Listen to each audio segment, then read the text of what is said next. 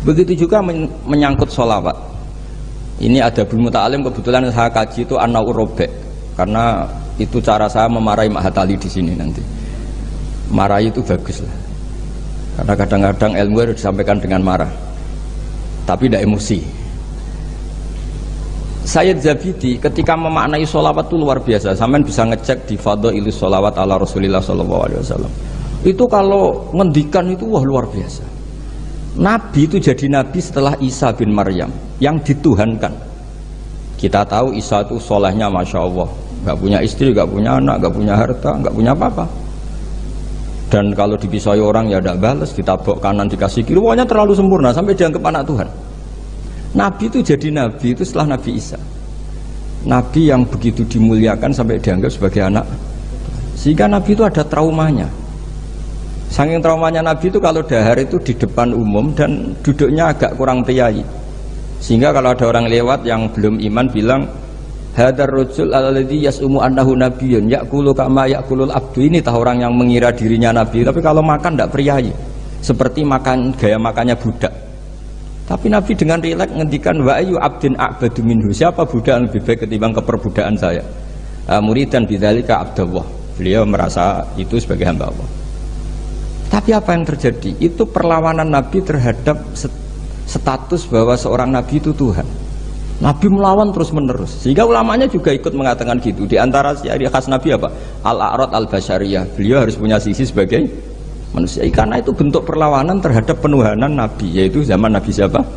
Isa. Akhirnya Nabi itu daharnya ya ibadah, tidurnya ya ibadah, nikahnya ya ibadah. Justru barokahnya Nabi nikah, huwa basarun. Buktinya yangkih, beliau menikah. Beliau juga basar, buktinya punya anak. Jadi semua yang terjadi pada Nabi itu bentuknya semuanya tauhid. Nafyul uluhiyah anil basar dan isbatul uluhiyah hanya kepada Allah Subhanahu. Nah, harusnya Mahatali itu punya kualitas seperti itu. Sehingga wong ajmain nggak ditakriri ini saya curiga. Piye ya kalimat sepenting itu nggak ada penjelasannya, nggak ada tahqiqnya. Ini yang keliru, semoga gurunya. Nggak perlu pengasuh, nggak berani ya.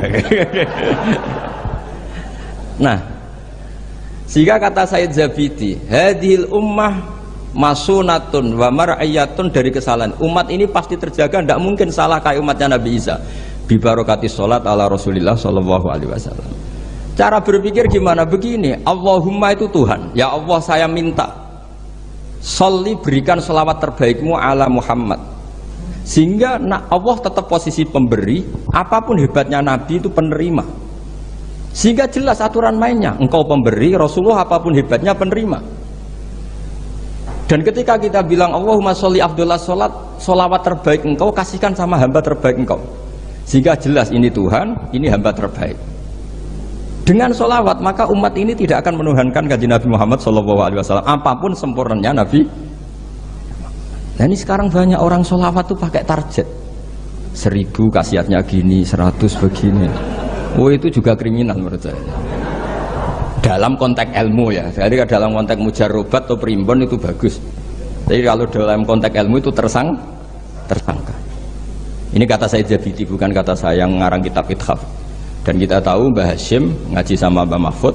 Mbah Mahfud punya abah juga gurunya Mbah Abdullah, Mbah Abdul Manan. Nah, Mbah Abdul Manan ini orang yang lazama Sayyid Zabidi Shahibul Ithaf. Itu luar biasa. Saya mohon ilmunya Mahatali seperti itu. Sehingga kata Sayyid Zabidi, wa Muhammadun wa in jalla qadru yahtaju ila sholatihi ta'ala. Apapun hebatnya Nabi, jalla qadru tetap butuh pada Allah. Dan itu jadi bagus karena Allah pemberi, Nabi penerima.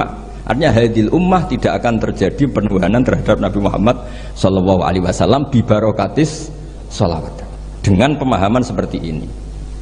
Sehingga Sayyid Muhammad kalau muji Nabi, semua ulama kalau muji Nabi pasti tidak meninggalkan kata yang ada di Burdah, da'mat da'athun nasara fi nabihim. Meski muji Nabi sak karep-karepmu, tapi dak ninggalo sira ma ing perkara idda'athun nasara fi nabihim.